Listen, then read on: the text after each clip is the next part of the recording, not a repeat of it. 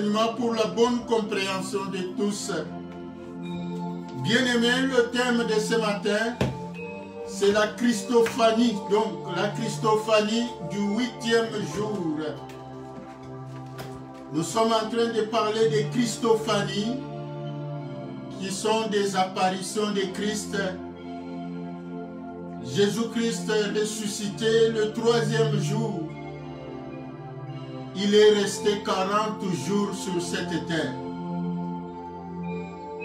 Et même avant sa mort, il avait promis aux disciples qu'il mourrait, qu'il serait enseveli et qu'il ressusciterait au 3e jour. Et il leur avait donné rendez-vous à Galilée. Et quand il est ressuscité, l'ange qui a rencontré les femmes, il a dit, il n'est point dans le tombeau où on l'avait mis, il est ressuscité et il vous précède en Galilée. Allez dire à ses disciples et à Pierre, rendez-vous en Galilée. Et la grande question c'est, pourquoi Galilée? Et pourquoi 40 jours sur cette terre? Pourquoi Jésus devait faire 40 jours sur cette terre avant l'ascension, avant de monter au ciel? Et par la grâce de Dieu, c'est ce que nous sommes en train de décortiquer sous la révélation du Saint-Esprit. Galilée, bien-aimé, nous vous rappelons que c'est la région où se trouve Nazareth, qui est la ville de conception, là où Jésus-Christ a été conçu du Saint-Esprit dans le sein de sa mère Marie. Et c'est là où Jésus-Christ a grandi. Il a exercé le métier de charpentier. Galilée, c'est aussi la province où il y a la ville Cana, là où Jésus-Christ a fait son premier miracle. Il a transformé l'eau en vin, le bon vin. Galilée, c'est là où Jésus-Christ a commencé son ministère, bien sûr. Il a reçu le baptême dans le Jourdain. Il est allé recruter ses disciples, Pierre et consorts. Galilée, c'est là où il y a Capernaum, qu'on appelait aussi la ville de Jésus-Christ. Parce que c'est là que Jésus-Christ avait établi son quartier général, son état-major. C'est la ville où Jésus a fait beaucoup de miracles. Galilée, c'est là où il y a Bethsaïda. Bethsaïda, vous savez, Jésus-Christ, lorsqu'il a appris la mort, le meurtre de Jean-Baptiste, c'est là qu'il s'était réfugié, c'est là qu'il s'était retiré. Et c'est la ville où il a fait aussi la multiplication des pains, les miracles. Galilée, c'est là où il y a aussi Naïn, la ville où il a ressuscité le fils unique d'une veuve. Galilée, vraiment, c'est là où il y avait presque la présence permanente de Jésus-Christ. Et le symbole, le grand symbole, c'est la mer qu'on appelle la mer de Galilée, la mer ou le lac de Galilée, lac de Génézareth. Ce lac, c'est là où Jésus a calmé la tempête. Les disciples se sont retrouvés dans le bateau, bousculés par la tempête. On a dit, mais qui est celui-ci à qui obéissent même les vents? Galilée, c'est là aussi, c'est sur ce lac que Jésus a marché sur les eaux. Donc Galilée est un grand symbole. Si nous revenons à Moïse, qui avait fait la répartition des Canaan, Galilée, Moïse, c'est la région que Moïse avait attribué aux enfants de Zaboulon et Nephtali. Et Jésus a passé beaucoup de temps en Galilée parce que c'est l'accomplissement même de l'une des prophéties d'Ésaïe. Si nous lisons dans Ésaïe 23, est-ce qu'on peut nous lire rapidement Ésaïe chapitre 8, le 23e verset. C'est prophétique parce que tous les actes posés par Jésus-Christ, c'était l'accomplissement même des Écritures dans l'Ancien Testament. Mais les ténèbres ne régneront pas toujours sur la terre où il y a maintenant des angoisses. Si les temps passés ont couvert d'opprobre le pays des Zabulon et le pays des Nephtali, le temps à venir couvrira de gloire la contrée voisine de la mer au-delà du Jourdain, les territoires des gentils. Amen. Amen. Donc Galilée, c'est ça le territoire des gentils. Les gentils sont donc, on peut dire, les non-juifs, les étrangers, le peuple étranger. Donc, Moïse a attribué ça à Zaboulon et Nephtali. Mais même à l'époque de Jésus, il y avait aussi encore beaucoup de gentils, donc beaucoup d'étrangers, le peuple étranger. Et Jésus-Christ, dans ce coin-là, c'était le coin qu'on appelait le coin où régnaient les ténèbres. Et Jésus-Christ est venu s'installer là-bas parce qu'il est la lumière qui éclaire les ténèbres.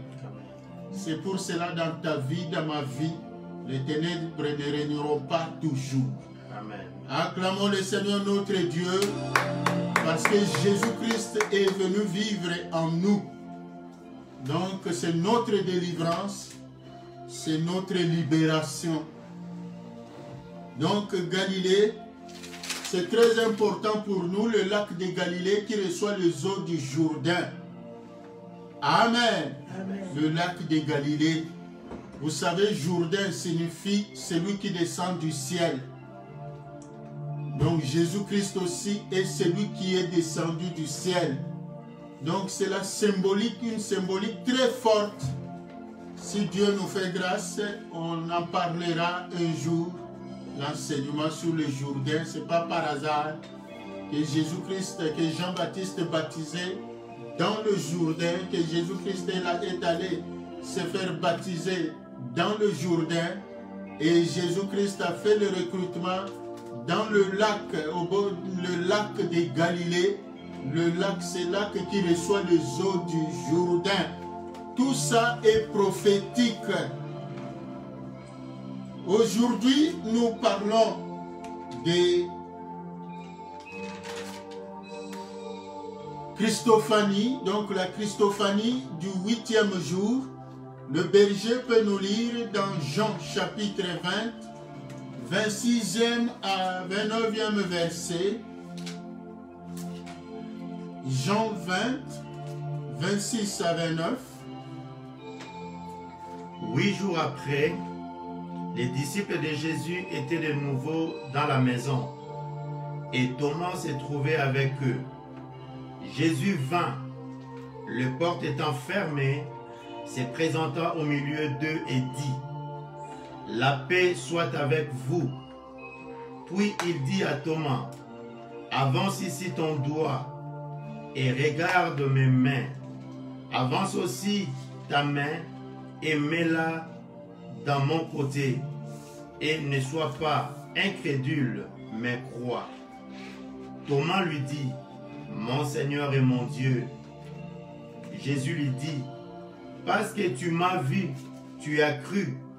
Heureux ceux qui n'ont pas vu et qui ont cru. » Acclamons le Seigneur notre Dieu. La Christophanie du 8e jour. Donc la question, pourquoi le 8e jour? Donc 8 jours après sa résurrection, Jésus s'est révélé encore, s'est présenté à ses disciples. Vous savez, Jésus, dès le premier jour de sa résurrection, il s'était présenté. Jésus s'est présenté plusieurs fois et cette fois-là, c'est le 8e jour.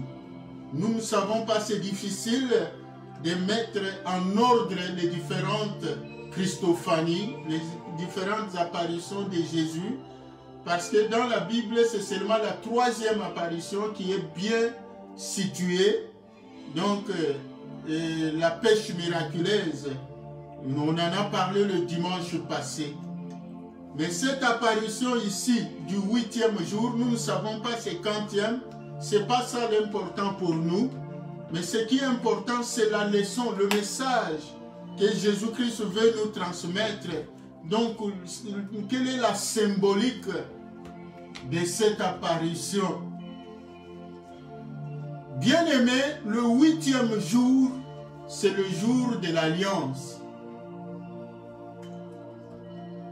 C'est le jour de la circoncision. Donc le 8e jour, c'est le jour de l'alliance. C'est-à-dire le jour de la circoncision et le jour des offrandes. On avait déjà parlé des offrandes. Aujourd'hui, on ne va pas beaucoup s'attarder là-bas. Mais c'est juste une preuve pour comprendre que l'offrande fait partie de l'alliance. C'est l'un des signes de notre alliance, de l'alliance de Dieu avec nous. Parce que Christ, c'est une offrande de Dieu pour nous. Et nous aussi, nous devons apporter notre offrande. Et ici, on va lire le passage. Donc, on peut lire Lévitique chapitre 12, verset 13. Pardon, verset 3e. Lévitique 12, le 3e verset. Le 8e jour, l'enfant sera circoncis. Amen. Amen. Donc, quand une femme mettra au monde un enfant mâle, un garçon, cet enfant-là sera circoncis le 8e jour.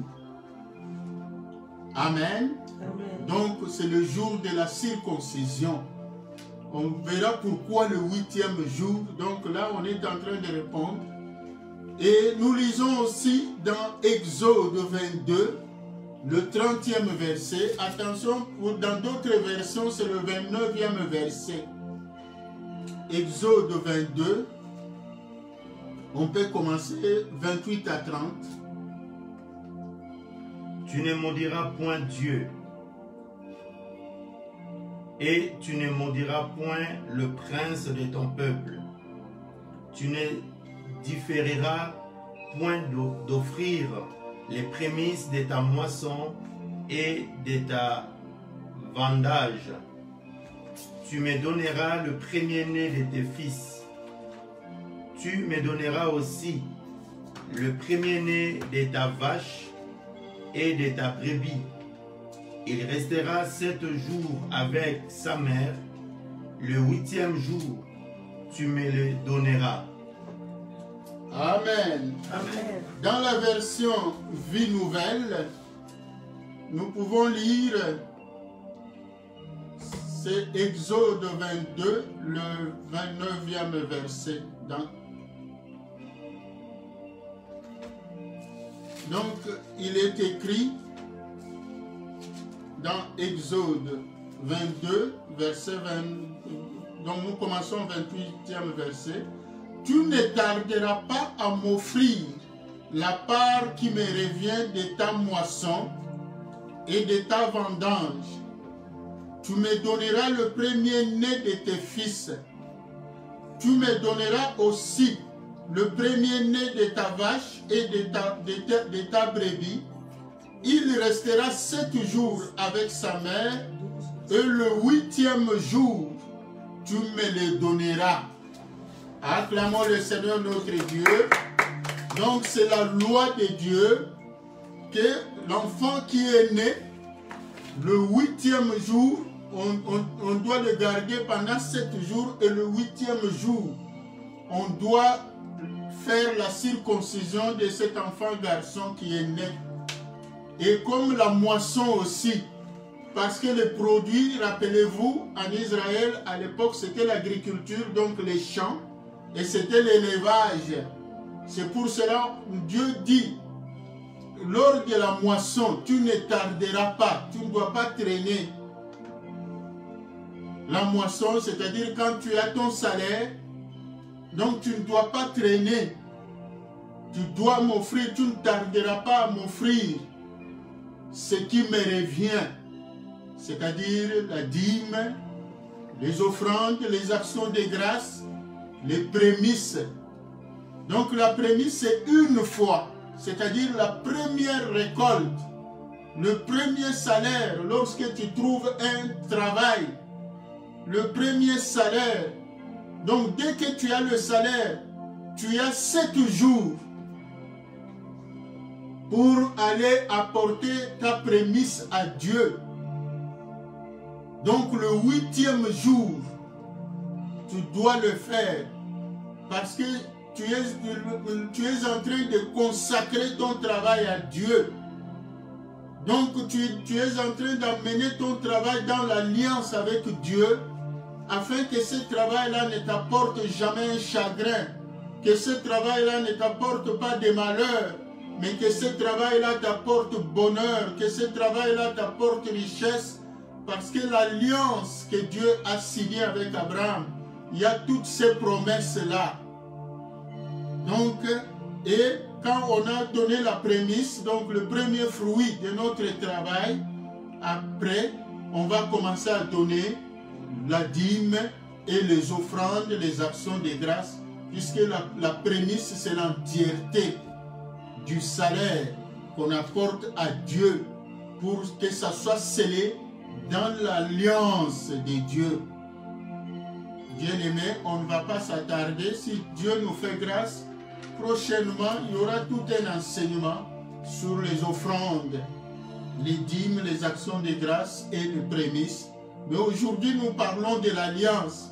C'est pour nous dire, donc la circoncision, par la circoncision, donc l'enfant est offert à Dieu, est consacré à Dieu. L'offrande, notre salaire, notre récolte est aussi consacrée à Dieu, notre moisson.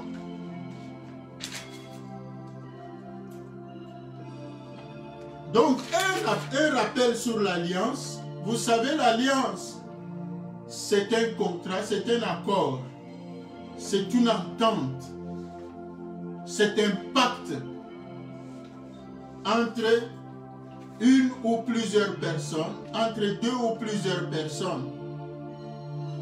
Et si nous parlons de l'alliance de Dieu, donc c'est un pacte, c'est une entente de Dieu avec son peuple. C'est ça qu'on appelle alliance. Et dans l'alliance, ce sont les promesses de Dieu envers son peuple. Dieu a fait alliance avec Noé, parce que chaque alliance doit avoir un signe, le symbole de l'alliance. Si vous lisez dans Genèse chapitre 6, Genèse chapitre 7, Genèse 8, Genèse 9, vous verrez l'alliance que Dieu a faite avec Noé. Et le signe de cette alliance, c'était l'arc-en-ciel. Donc, dans chaque alliance, Dieu demande à l'homme de lui offrir. L'homme offre quelque chose à Dieu et Dieu donne des promesses. Et si nous regardons ce que nous offrons à Dieu, ça périt, ça ne reste même pas éternellement. Mais les promesses de Dieu nous suivent toute la vie. C'est pour cela que nous donnons de temps en temps des offrandes à Dieu. Nous sommes dans l'alliance avec Dieu. Après Noé, donc c'est là que Dieu avait dit, je ne détruirai plus les gens comme ça. Il a donné comme symbole l'arc-en-ciel, le signe de l'alliance. Dieu donne le signe. Et l'alliance avec Abraham, donc après Noé, c'est avec Abraham. Donc au travers de cette alliance, Dieu a déclaré les enfants qui naîtraient d'Abraham comme son peuple. Ceux qui naîtront d'Abraham, ce sont ceux-là. Sur la terre, il y avait beaucoup de tribus, beaucoup de gens. Mais il n'y a que Abraham. Dieu a fait alliance avec Abraham et Dieu a promis à Abraham qu'il n'y a que ceux qui naîtront de toi qui seront appelés mon peuple. Et comme signe, Dieu a dit à Abraham, chaque fois qu'un enfant naîtra, donc il sera circoncis. Amen. Amen. Cet enfant, c'est la circoncision, c'est ça le signe de l'alliance avec Dieu. Donc on amènera l'enfant, on va couper le prépuce de l'enfant. Donc le sang de l'enfant coule parce que l'alliance est toujours scellée donc dans le sang, avec le sang.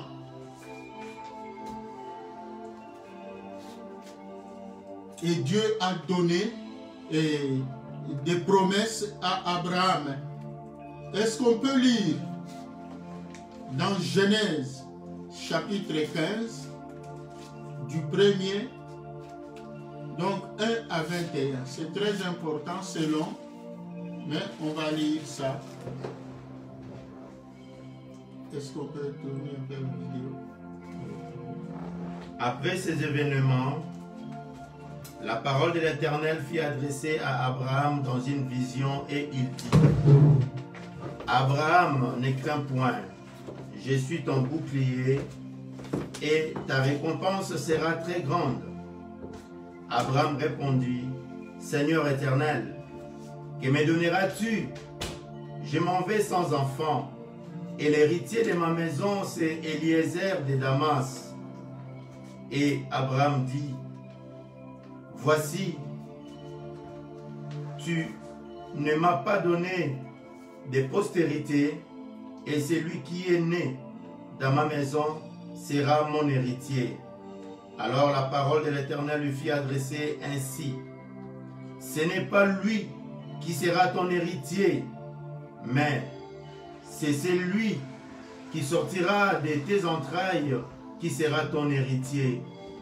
Et après l'avoir conduit dehors, il dit: Regarde vers le ciel et compte les étoiles, si tu peux les compter.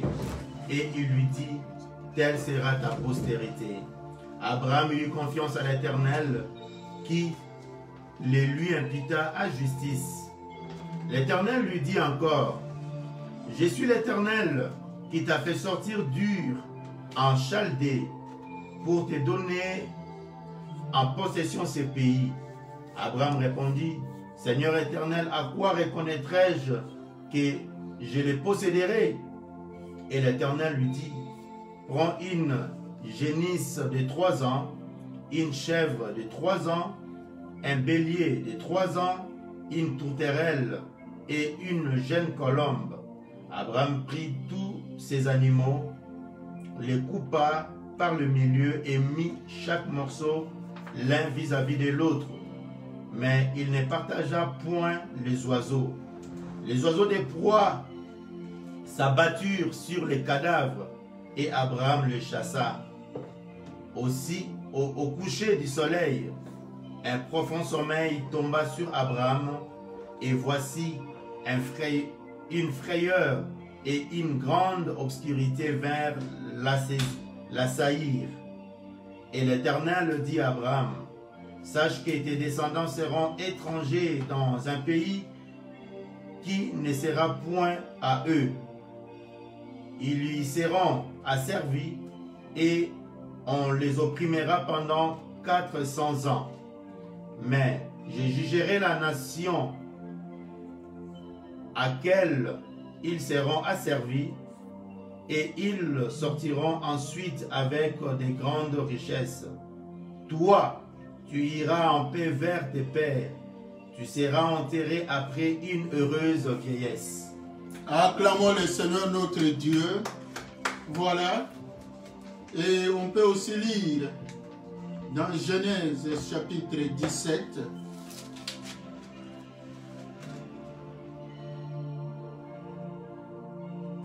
Amen. Genèse, oui, Genèse chapitre 17, du 1er jusqu'au 10e verset.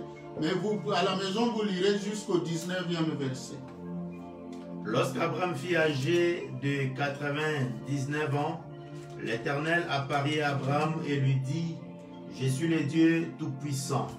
Marche devant ma face et sois intègre.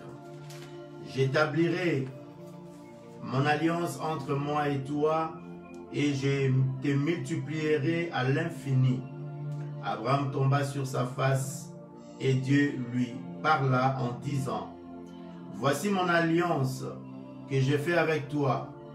Tu deviendras père d'une multitude de nations. On ne t'appellera plus Abraham, mais ton nom sera Abraham, car je te rends père d'une multitude de nations. Je te rendrai fécond à l'infini. Je ferai de toi des nations. Je ferai de toi des nations et des rois sortiront de toi. J'établirai mon alliance entre moi et toi et tes descendants après toi, selon leur génération. Ça sera une alliance perpétuelle en vertu de laquelle je serai ton Dieu et celui de ta postérité après toi. Je te donnerai et à tes descendants après toi le pays que tu habites comme étranger, tous les pays de Canaan en possession perpétuelle, et je serai leur Dieu. Dieu dit à Abraham, toi, tu garderas mon alliance, toi et tes descendants après toi, selon leur génération.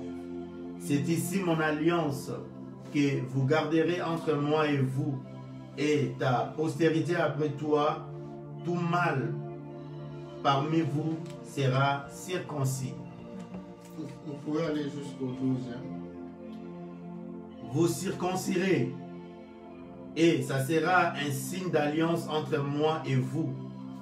À l'âge de 8 jours, tout mâle parmi vous sera circoncis selon vos générations, qu'il soit né dans la maison ou qu'il soit acquis à prix d'argent de tout fils d'étranger, sans appartenir à ta race.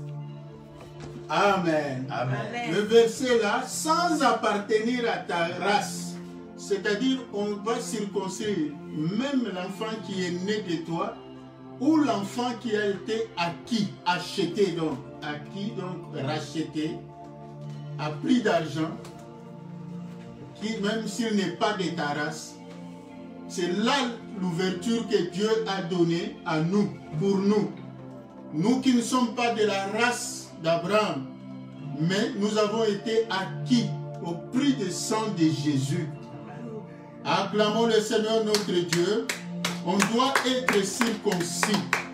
Voilà pourquoi Jésus-Christ, qui nous a mis au monde ces jours-là, donc pendant 7 jours, il nous a gardés, et le 8e jour, donc la Christophanie du 8e jour, c'était notre circoncision. C'est ce jour-là que Jésus-Christ nous a fait entrer dans l'alliance avec Abraham.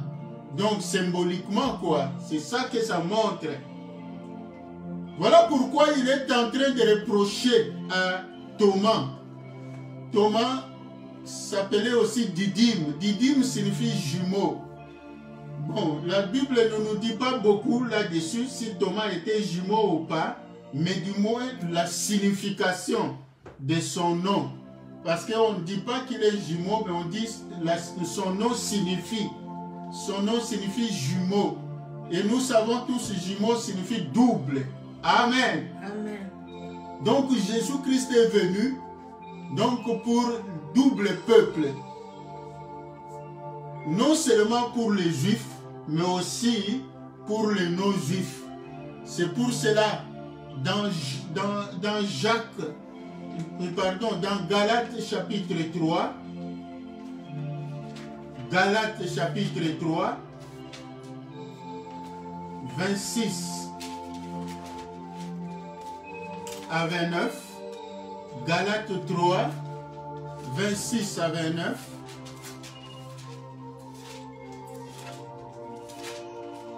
Épître de Paul aux Galates, chapitre 3e, du 26e au 29e verset. Car vous êtes tous fils de Dieu par la foi en Jésus-Christ. Vous tous qui avez été baptisés en Christ, vous avez revêtu Christ. Il n'y a plus ni juif ni grec. Il n'y a plus ni esclave ni libre. Il n'y a plus ni homme ni femme, car tous vous êtes un en Jésus-Christ. Et si vous êtes en Christ, vous êtes donc la postérité d'Abraham, héritier selon la promesse. Acclamons le Seigneur notre Dieu. Mon frère, ma soeur, réjouissons-nous. Nous qui n'avions pas droit, nous qui étions condamnés, mais par notre foi en Jésus-Christ, nous sommes inscrits dans le livre des vies. Nous sommes devenus membres du royaume des cieux. Et non seulement nous sommes membres du royaume des cieux, vous savez, la Bible dit ceci: Jésus-Christ nous a apporté deux bénédictions. La première, la vie éternelle pour le siècle à venir. Et la seconde bénédiction, c'est pour le siècle présent, c'est-à-dire la bénédiction.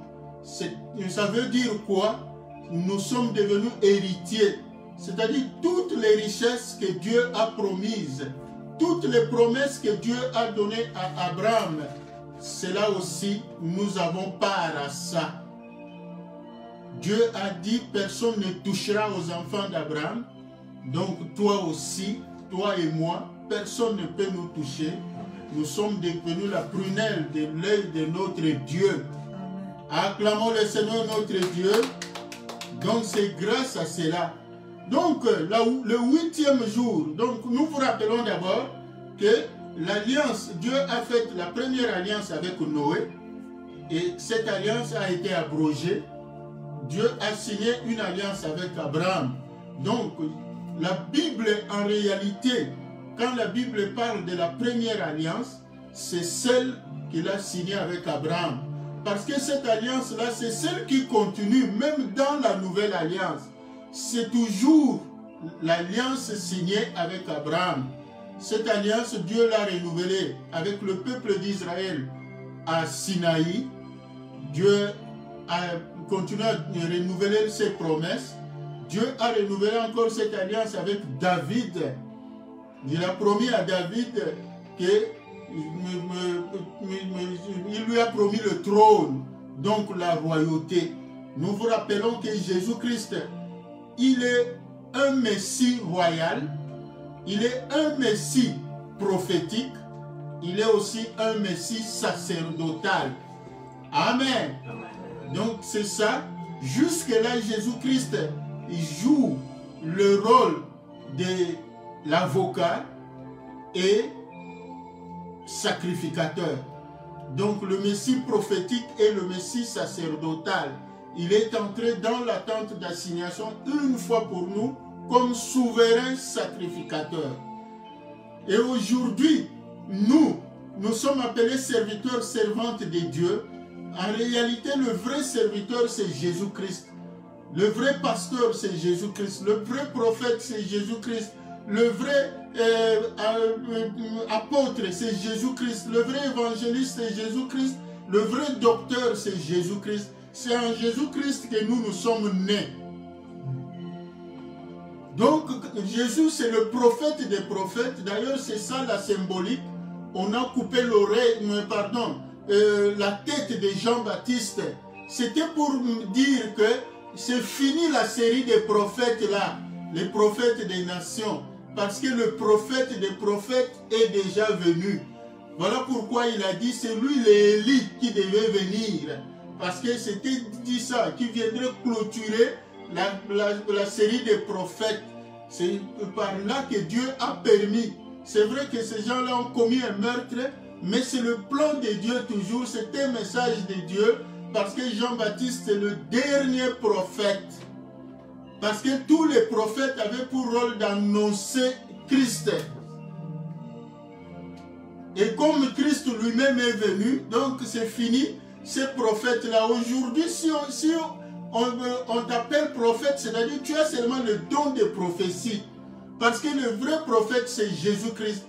Donc, ce sont des ministères simplement que Dieu nous donne, que Jésus-Christ nous donne. Mais le vrai prophète, le vrai apôtre, le vrai pasteur, le vrai évangéliste, le vrai docteur, c'est Jésus-Christ. Acclamons le Seigneur notre Dieu. Dieu est bon. Donc tout ça, le Seigneur nous donnera par sa grâce le temps un jour d'enseigner sur Jean-Baptiste, cette symbolique-là. Mais comprenons que Jean-Baptiste, c'est lui qui est venu clôturer la série des prophètes et tout ça. Donc cette alliance-là, Dieu l'a renouvelée et il a continué à renouveler. Et là, Jésus-Christ, c'est lui. Donc c'est la nouvelle alliance. Donc la Christophanie du 8e jour, c'est l'abolition, c'est symboliquement quoi. Donc c'est l'abolition de l'ancienne alliance. Parce que le signe, c'est toujours la circoncision. Mais cette fois-là, ça ne sera plus la circoncision physique. Ça sera la circoncision spirituelle, donc la foi. C'est ce que Jésus est en train de parler. Donc Jésus a utilisé simplement Thomas, puisque Thomas, vous savez, quand Jésus s'était révélé pour la première fois aux disciples, donc là ils étaient d'abord encore à Jérusalem, donc Thomas n'était pas là. Et quand on lui a raconté que Jésus est ressuscité, le Maître est ressuscité, nous l'avons vu. Il est apparu aux femmes, les femmes nous ont annoncé. Il est apparu aussi aux disciples d'Emmaüs qui étaient sur les routes qui rentraient à Emmaüs. Donc il nous est apparu. Thomas a dit non, moi pour croire qu'il est réellement ressuscité, il faut que je le voie comme ça, fara. Donc il faut que je le voie en live. Et non seulement je le verrai en live, donc ça, même si je le vois, ça ne suffira pas pour ma foi. Pour que je croie, il faut que je voie les marques des clous, donc les plaies, là où on a trouvé ses mains. Amen. Et c'est pour cela Jésus, il est apparu. Donc le 8e jour, cette fois-là, ils étaient en Galilée. Donc, il est apparu, puisque c'était là la promesse, le lieu du rendez-vous en Galilée. Il est apparu, il a dit à Thomas, Thomas, tu me vois, viens, avance, mets ta main dans le trou. Et Thomas a mis sa main. Et directement, Thomas s'est prosterné. Thomas là, il m'a crié, mon Seigneur, mon Dieu. Amen. Ce jour-là, Thomas, donc les yeux se sont ouverts. Il a compris que Jésus, il est son Seigneur. Il n'est pas seulement son Seigneur, mais il est aussi son Dieu. Il l'a adoré. Amen. Et Jésus lui a dit, c'est tout cela parce que tu m'as vu et tu crois. Mais sache que heureux ceux qui auront cru sans avoir vu. Donc, Thomas, c'est l'image des Juifs, le peuple juif, ceux qui ont vu Jésus. Thomas, c'est l'image de la loi, donc l'ancienne alliance. Donc là, il engendre donc l'ancienne alliance qui n'a produit que l'incrédulité. Amen.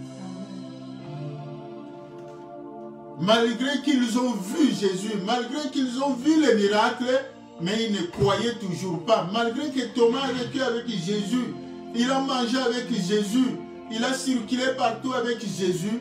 Jésus a dit, je ressusciterai, mais Thomas n'a pas toujours cru. Ça, c'est l'image des Juifs, l'ancienne alliance. Donc, la loi. Donc, la loi ne pouvait pas donner la vie. La loi ne pouvait que produire l'incrédulité. C'est ça l'image. Et cette image-là, on nous donne aussi avec le figuier.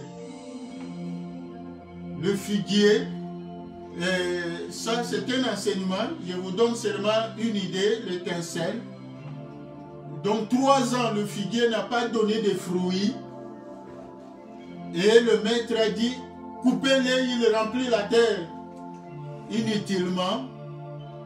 Mais les disciples lui ont dit, non Seigneur, accorde-lui cette année, donc la 4e année, accorde-lui cette année, donc, c'est-à-dire accorde-lui la grâce. Donc, les 3 ans là, donc, les disciples ont vécu 3 ans avec Jésus. C'était tous des Juifs, les disciples de Jésus, les 12 disciples. Ce n'était que des Juifs, donc c'est le symbole de la loi, donc les Juifs qui représentent la loi, et c'est l'incrédulité. Maintenant, Jésus a dit, heureux ceux qui auront cru sans avoir vu. Donc là, c'est nous, les gentils. Nous n'avons pas vu Jésus. Amen. Mais nous croyons. Nous croyons en sa parole, qu'il est vrai, il est Dieu, il est réellement né. Nous croyons en sa naissance, nous croyons et donc en sa mort, nous croyons en son ensevelissement, nous croyons en sa résurrection des morts. Donc c'est ça. Donc c'est par la foi. Voilà pourquoi Paul, qui n'avait même pas vécu avec Jésus, bien qu'il était juif, mais aussi citoyen romain, parce qu'il avait double nationalité. Voilà, Paul, il a été choisi comme apôtre des gentils, apôtre des païens. Il nous explique cela.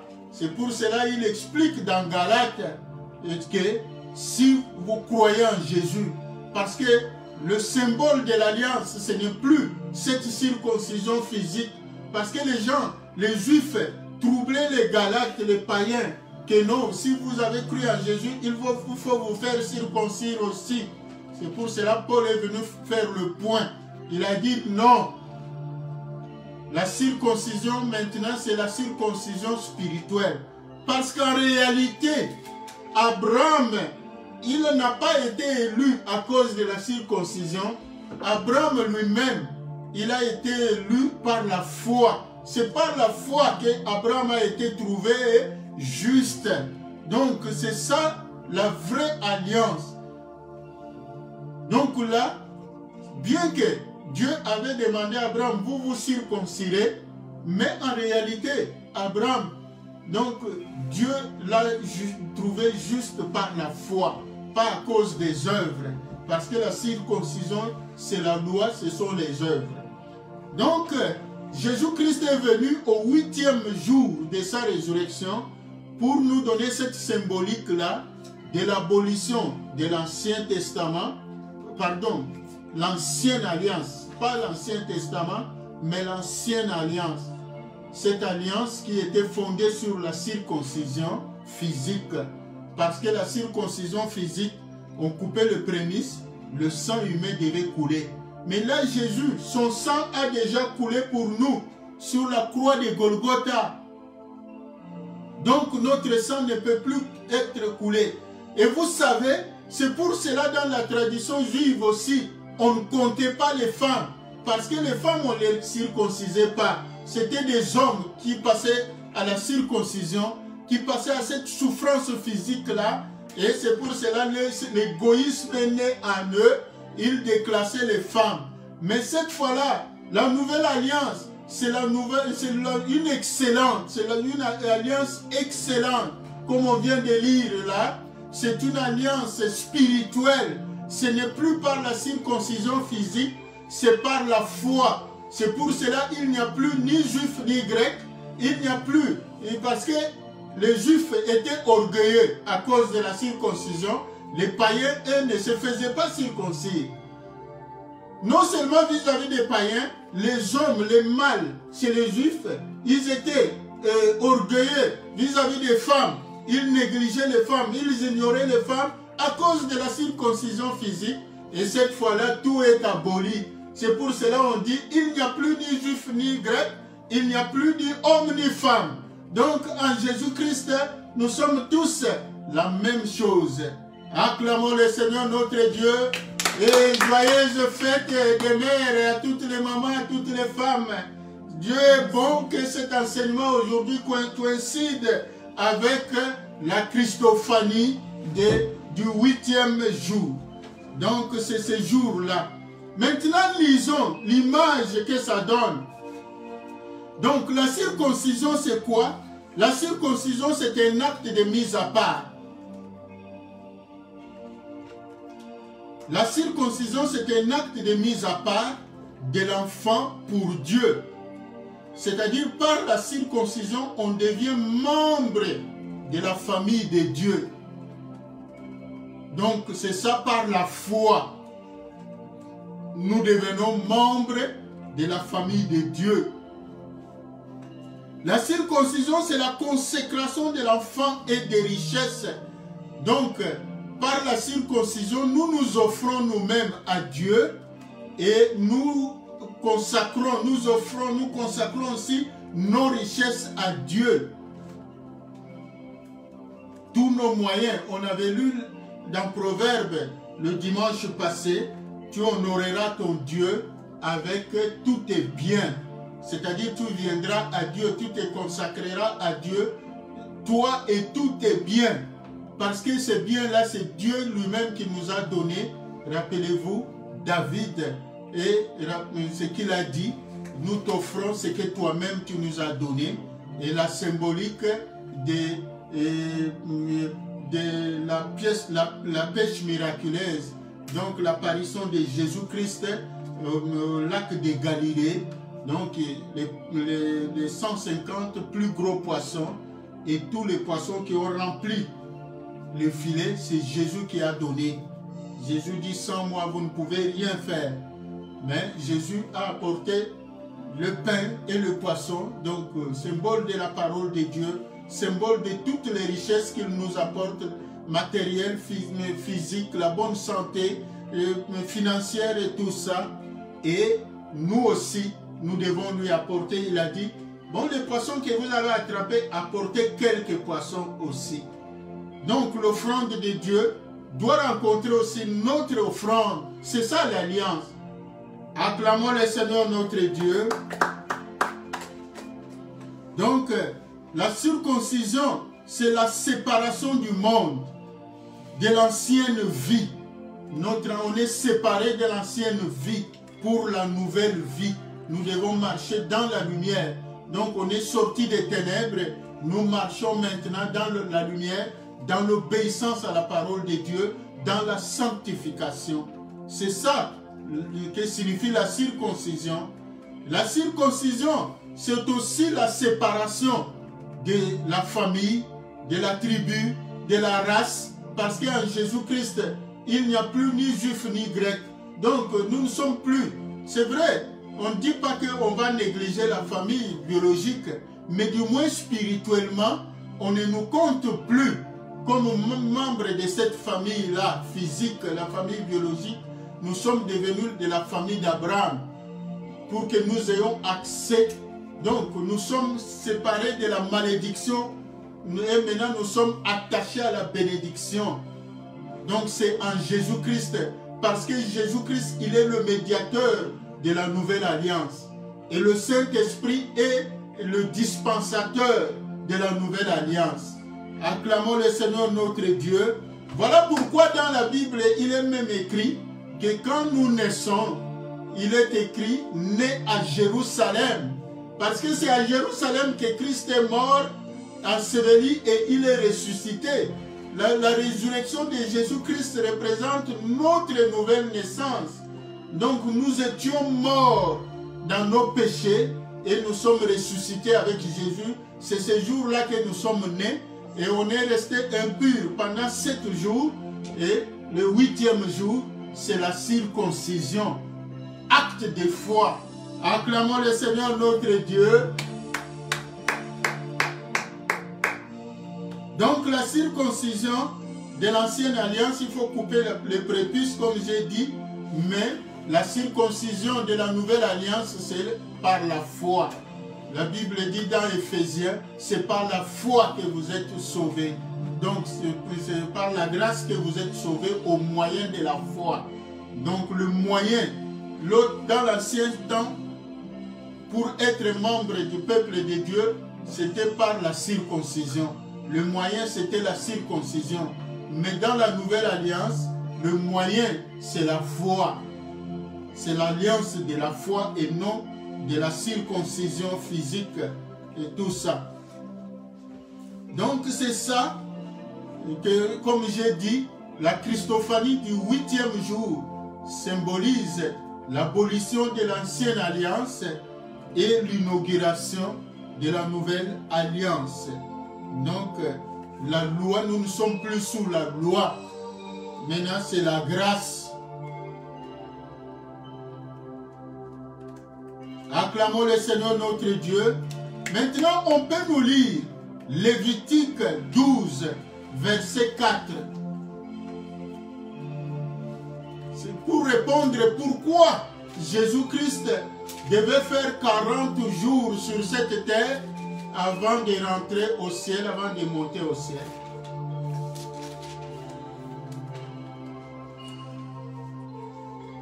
Elle restera encore 33 jours. 1 à 4. 1 à 4. Oui.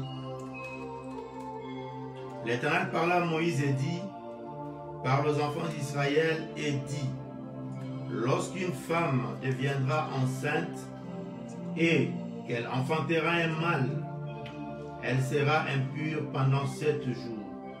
Elle sera impure comme au temps de son indisposition menstruelle. Le 8e jour, l'enfant sera circoncis. Elle restera encore 33 jours à se purifier de son sang. Elle ne touchera aucune chose sainte et elle n'ira point au sanctuaire jusqu'à ce que le jour de sa purification soit accompli. Acclamons le Seigneur notre Dieu. Psaume 51, 7.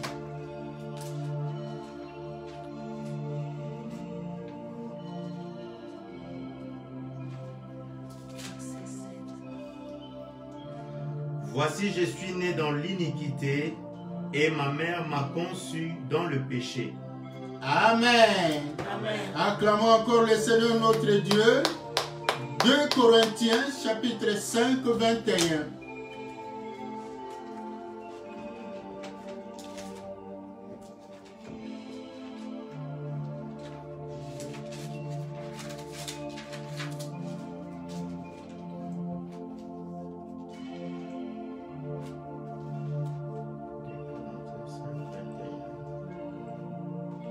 Celui qui n'a point connu le péché, il l'a fait devenir péché, péché pour nous, afin que nous devenions en lui justice de Dieu.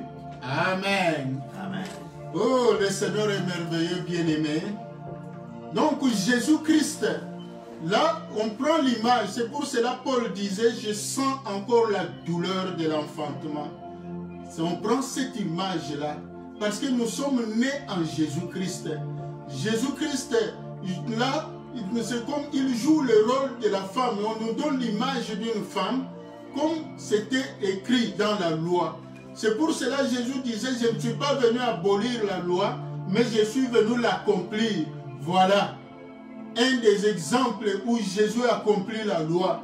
Puisque Jésus nous a adoptés comme des enfants, et un enfant qui est né, parce que vous savez, depuis le péché d'Adam, donc tous ceux qui sont nés d'Ève sont déjà considérés impurs.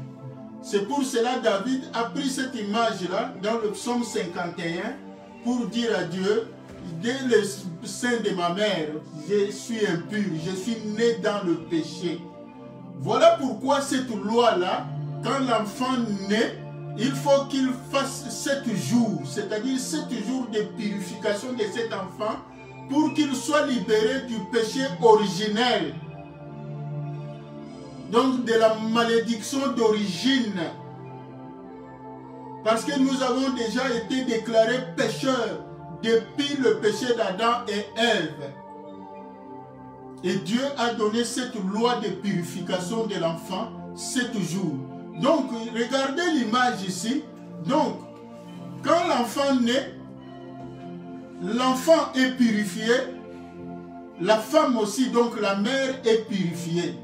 Mais la purification de l'enfant, c'est seulement 7 jours. Et le 8e jour, on va aller consacrer l'enfant, c'est-à-dire par la circoncision. Mais la mère doit continuer à se purifier encore pendant 33 jours pour faire 40 jours. Donc c'est pour cela Jésus, en tant que notre mère, donc spirituelle, lui qui nous a adoptés, et alors il nous a fait naître le jour de sa résurrection et nous étions gardés impurs pendant 7 jours.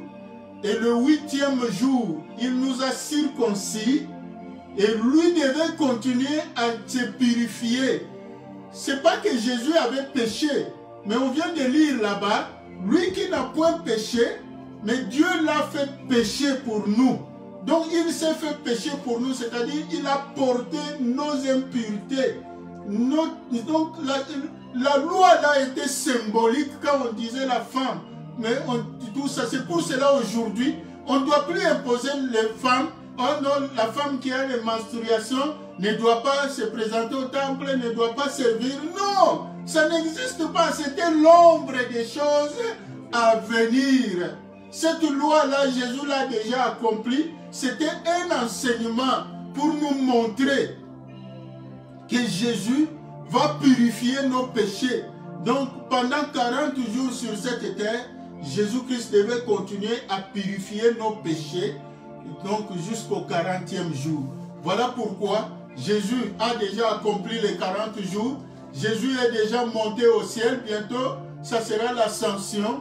Et il n'y a plus de condamnation pour ceux qui sont à Christ. Qui accusera les élus? Acclamons le Seigneur notre Dieu. Que personne ne te condamne. Mon frère, ma soeur. Que personne ne t'accuse. Personne. Parce que Jésus s'est fait pécher pour nous.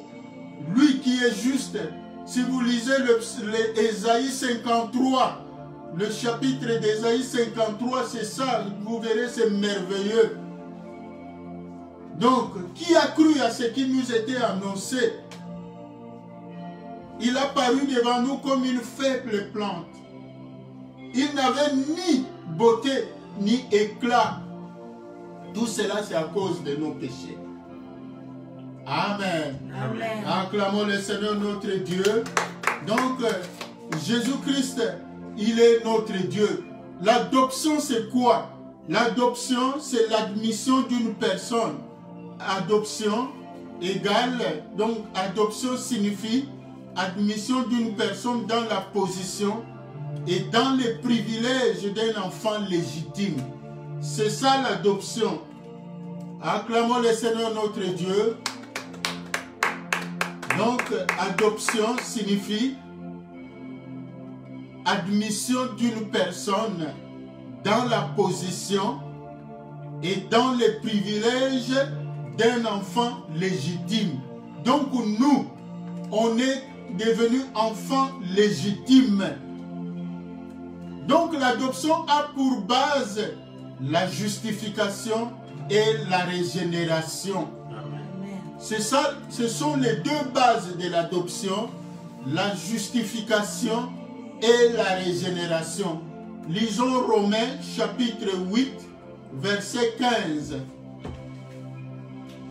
Romains 8, verset 15.